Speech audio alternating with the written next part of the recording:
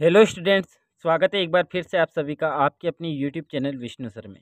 देखिए, आज की वीडियो में हम चर्चा करेंगे 8th ग्रेड अभ्यास पुस्तिका के अंतर्गत कक्षा 6 जो वर्ष हमारा 2023-24 सत्र चल रहा है उसमें 8th ग्रेड अभ्यास पुस्तिका के अंतर्गत अध्याय 3 संख्याओं के साथ खेलना। कक्षा 6 में आज इस विषय में हम इस अध्याय का संपूर्ण हल करेंगे।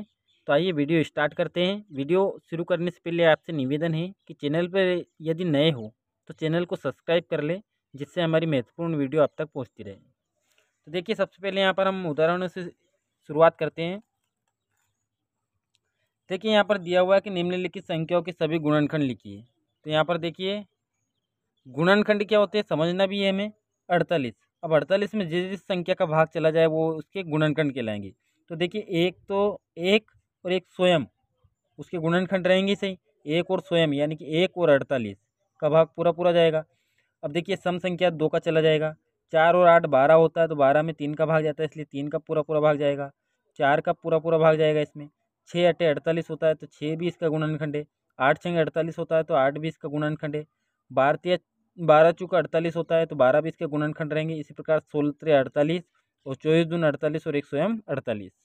ऐसे देखिए 20 के गुणनखंड, तो एक और स्वयं तो रहेगा, 2 का भाग चला जाएगा। 4 5 20 और 5 चूके 20, 10 दूने 20 और एक स्वयं। तो इस प्रकार 1 2 4 5 10 20 इसके क्या कहलाएंगे? गुणनखंड कहलाएंगे। अगला प्रश्न देखिए, 12 16 18 के लघुत्तम समापवर्त ज्ञात कीजिए। तो देखिए, यहाँ पर दो विधि से हम ज्ञात कर सकते हैं, एक तो उसके गुणज लिखकर और एक अभाज्य गुणनखंड विधि से। तो यहाँ पर देखिए, हमने गुणज लिखकर उसके, जैसे 12 के गुणज क्या रहेंगे, जिस जिस संख्या में 12 का भाग चला जाएगा वो उसके गुणज कहलाएंगे। तो 12 12 दून 24, 12 तीन 36, 48 60 72 84 96 108, फिर ऐसे आगे 120, फिर 120 के बाद में हमारा अगला जो होगा 132 144। इस प्रकार ये इसके क्या रहेंगे? गुणज रहेंगे। ऐसे 16 के गुणज है 16 32 48 64 80 96 112 128 144, फिर आगे 160।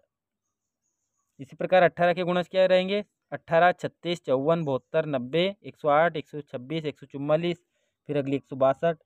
अब देखिए, हमें ऐसा गुणज देखना है तीनों का जो सबसे पहले हो सबसे छोटा हो। तो कहाँ पर मिला हमारा? सबसे देखिए यहाँ पर 144 तीनों में मिल रहा है। सबसे छोटी संख्या हमारी 144 है जो तीनों के गुणज है। तो जो 144 ही है वो हमारा 12 16 18 का क्या कहलाएगा? लघुत्तम समापवर्त। आइए अगला प्रश्न। यहाँ पर देखिए, 16 और 28 का महत्तम समापवर्तक ज्ञात करना। महत्तम समापवर्तक का अर्थ होता है कि वो बड़ी से बड़ी संख्या जो दी हुई संख्या को पूरी तरीके से विभाजित कर दे। और यहाँ पर देखिए 16 और 28 को विभाजित करने वाली, तो इसके लिए 16 और 18 के हम अलग अलग अभाज्य गुणनखंड निकालेंगे।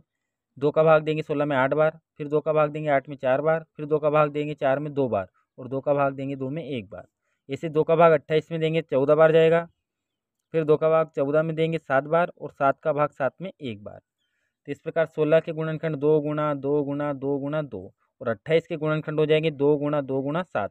अब देखिए, जो उभयनिष्ठ है, दोनों में उभयनिष्ठ है, तो एक तो 2 दोनों में उभयनिष्ठ है, एक और 2 दोनों में उभयनिष्ठ है। इसमें 2 2 है पर इसमें नहीं है, इसमें 7 है पर इसमें नहीं है। तो इस प्रकार महत्तम समापवर्तक क्या हो जाएगा? 16 और 28 का 2 बार 2 2 है, तो 2 दूने 4। आइए प्रश्नों के उत्तर चलते हैं। यहाँ प्रश्न के पहला दिया हुआ है कि सही विकल्प को चुनकर लिखना। 36 के गुणनखंडों की संख्या है।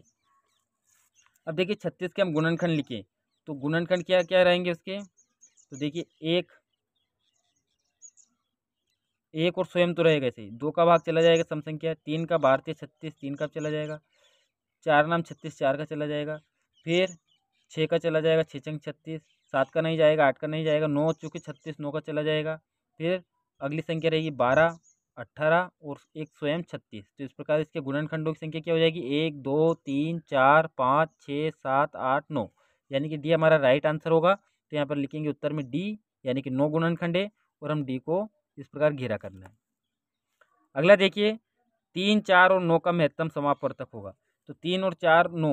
देखिए, 3 में स्वयं 3 का भाग जाएगा, 4 में 2 और 4 का जाता है, 9 में स्वयं 3 का। तो देखिए, तीनों में मिलना चाहिए, तो एक ही इसका क्या रहेगा? महत्तम समापवर्तक, क्योंकि 2 नहीं हो सकता, 2 का भाग 3 में नहीं जाता, 9 में नहीं जाता। तो इस प्रकार इसका राइट आंसर जो होगा वो हो जाएगा बी। इस प्रकार हम बी को घेरा करना है। आइए अगला प्रश्न, प्रश्न नंबर तीसरा।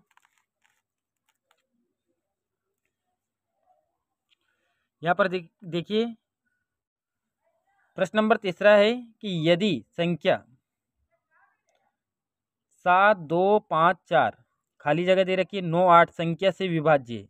अब संख्या से विभाज्य, अब कौन सी संख्या यहाँ पर छोड़ रखा है, उसने गलती से छूट गया, 3 से विभाज्य। ये 3 से विभाज्य है, तब खालिस्तान की अंकों का, तो देखिए 3 से विभाज्यता का नियम है, यदि दी गई संख्या के अंकों का योग, दी गई संख्या के अंकों के योग में यदि 3 का भाग चला जाए तो पूरी संख्या भी 3 से विभाजित हो जाती है। तो देखिए अंकों का योग करते हैं, 7 और 2 9, 9 और 5 14, 14 और 4 18, 18 और 9 27, 27 और 8 35, और अगली संख्या क्या रहेगी जो 3 से विभाज्य हो जाएगी, 36। तो हमें 35 से 36 पर जाने के लिए 1 की आवश्यकता होगी, तो ये हमारा राइट आंसर होगा। अगला देखिए, निम्न में से कौन सी संख्या सहभाज्य संख्या नहीं है। सहभाज्य संख्या वह संख्या होती है जिसके मात्र गुणनखंड 1 हो। अभाज्य गुणनखंड क्या हो, उनका गुणनखंड केवल 1 हो। 8 और 12 के गुणनखंड, 8 के 2 भी रहेंगे क्योंकि 8 में 2 का भाग भी जाता है, 12 में भी 2 का भाग जाता है, तो ए नहीं होगी। बी 6 और 7 का अभाज्य गुणनखंड 1 ही है। 1 और 3 का गुणनखंड 1 है। 33 और 35 का सहभाज्य गुणनखंड 1 है। तो इस प्रकार ए हमारा राइट आंसर होगा। प्रश्न नंबर 5वां देखिए, एक संख्या 2 और 3 से विभाज्य तो वह सदैव संख्या विभाज्य होगी। तो देखिए 2 तिया कितना होता है, 6। यदि किसी संख्या में 2 का भी भाग जाएगा और 3 का भी जाएगा तो संख्या में 6 का भी पूरा पूरा भाग जाएगा। तो इस प्रकार ये हमारा राइट आंसर होगा। प्रश्न नंबर 6 देखिए, संपूर्ण संख्या किसे कहते हैं। तो संपूर्ण संख्या वह संख्या जिसके सभी गुणनखंडों का योग उस संख्या का दुगना हो, एक संपूर्ण संख्या कहलाती है। वह संख्या जिसके सभी गुणनखंड, जो हम गुणनखंड निकालते हैं उनका योग करें तो उस संख्या से दुगना हो जाए, तो वह क्या कहलाती है, हमारी परफेक्ट नंबर यानी कि संपूर्ण संख्या। अब देखिए उदाहरण, यहाँ पर 1 है, 6 के गुणनखंड क्या है, 1 2 3 6। अब इनका योग करें हम, तो 1 धन 2 धन 3 धन 6, तो कितना हो जाएगा, 1 और 2 3, 3 और 3 6, 6 और 6 12। तो इस संख्या से दुगना हुआ, इसके गुणनखंडों का योग क्या हुआ, 6 से दुगना। तो इस प्रकार 6 क्या कहलाएगी, संपूर्ण संख्या। प्रश्न नंबर 7वां देखिए, भाज्य और अभाज्य संख्या को उदाहरण देकर समझाइए। तो वे संख्याएं जिनके गुणनखंड 1 और स्वयं ही हो, इसके अतिरिक्त और कोई संख्या उसके गुणनखंड नहीं हो, तो वह क्या कहलाएगी, अभाज्य संख्या। जैसे 7, 7 के अगर हम गुणनखंड निकाले तो 7 में किसका भाग जाता है, एक तो 1 का जाएगा और एक स्वयं 7 का। 17 के गुणनखंड निकाले तो किसका भाग जाएगा, इसमें इसके गुणनखंड रहेंगे 1 और स्वयं, तो ये कहलाएगी हमारी अभाज्य संख्या। इसी प्रकार वे संख्याएं जिनके 2 से अधिक गुणनखंड हो, यानी कि 1 और स्वयं को छोड़कर अगर अन्य किसी संख्या से भी वह संख्या विभाजित हो जाती है या वो अन्य संख्या उसके गुणनखंड हो, तो वो कहलाती है भाज्य संख्या। जैसे 10, अब 10 में 1 और स्वयं को छोड़कर 2 से विभाजित होती है, 5 से विभाजित होती है, तो ये भाज्य संख्या कहलाएगी। ऐसे 15, 15 में 1 और स्वयं को छोड़कर 3 और 5 का पूरा पूरा भाग जाता है। आइए अगला प्रश्न देखिए। देखिए प्रश्न नंबर 8वें में दिया है कि 24 के सभी गुणनखंडों को लिखिए। तो 24 के गुणनखंड, देखिए 24 में जिस जिस संख्या का भाग चला जाएगा वो क्या कहलाएंगे, 24 के गुणनखंड। जैसे 24 गुणा 1 24 होता है, 12 दूने 2, 24 में 2 का भाग कितनी बार जाएगा, 12 बार।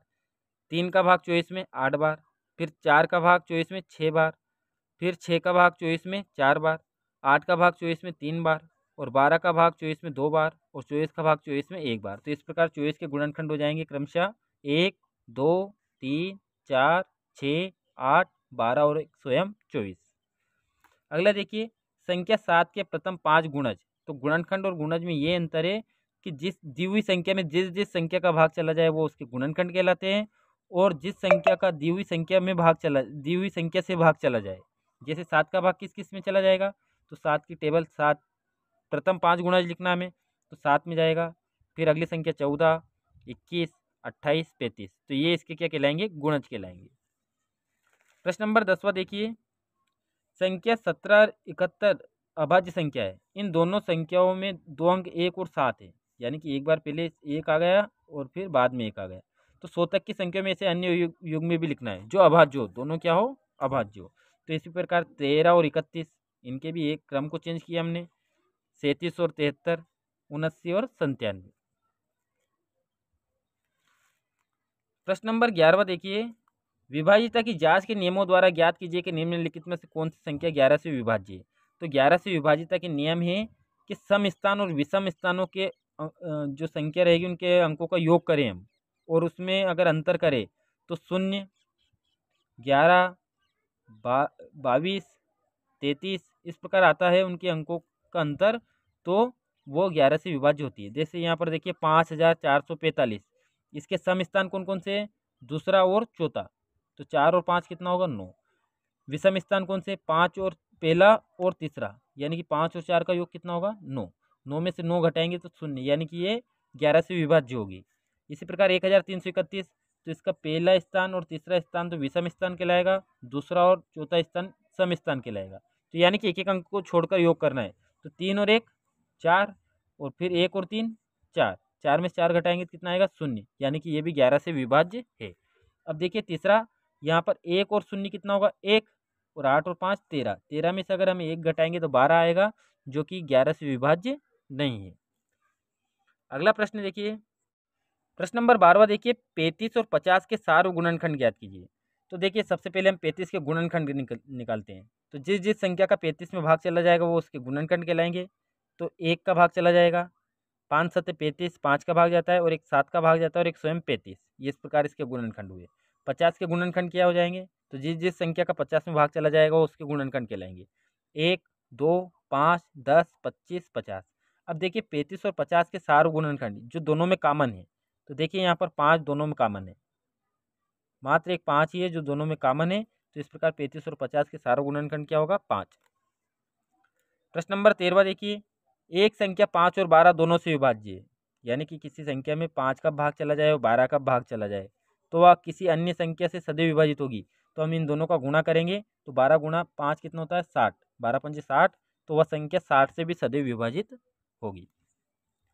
देखिए यहाँ पर 12, 16 और 28 का महत्तम समापवर्तक ज्ञात करना है। प्रश्न नंबर 14 में, तो देखिए 12 के अभाज्य गुणनखंड निकाले तो क्या प्राप्त हुए? 2 गुणा 2 गुणा 3। इसी प्रकार 16 के अभाज्य गुणनखंड प्राप्त हुए हमें 2 गुणा 2 गुणा 2 गुणा 2, और 28 के हमें गुणनखंड अभाज्य गुणनखंड प्राप्त हुए 2 गुणा 2 गुणा 7। तो देखिए एक तो 2 तीनों में कॉमन है, फिर अगला एक और 2 भी तीनों में कॉमन है, और संख्या कॉमन नहीं है, यानी कि विनिष्ट नहीं है। तो 2 दूने 4, 12 16 28 का महत्तम समापवर्तक होगा। प्रश्न नंबर अंतिम देखिए 15वां प्रश्न, 4 अंकों की वह सबसे छोटी संख्या ज्ञात कीजिए जो 18, 24 और 32 से विभाज्य है। तो सबसे पहले हम 18, 24, 32 से विभाज्य होने वाली सबसे छोटी संख्या ज्ञात करते हैं। तो सबसे छोटी संख्या कितनी प्राप्त होगी? 288। एलसीएम निकालेंगे 18, 24, 32 का, कितना प्राप्त होगा? 288। अब हमें 4 अंकों की चाहिए, तो 4 अंक की सबसे छोटी संख्या 1000 है। अब 1000 में हम 288 का भाग देते हैं तो उसमें 36 शेष बचता है। तो इस प्रकार हल करने पर 1000 में 288 में से 36 घटाएंगे तो 152, 1000 और 152 कितना हो जाएगा? 1152। तो इस प्रकार 18, 24, 32 से विभाजित होने वाली 4 अंकों की सबसे छोटी है 1152। तो देखिए आज की वीडियो में हमने अध्याय 3 का संपूर्ण हल किया। वीडियो अगर अच्छी लगी हो तो लाइक करें, चैनल को सब्सक्राइब करें। Thank you.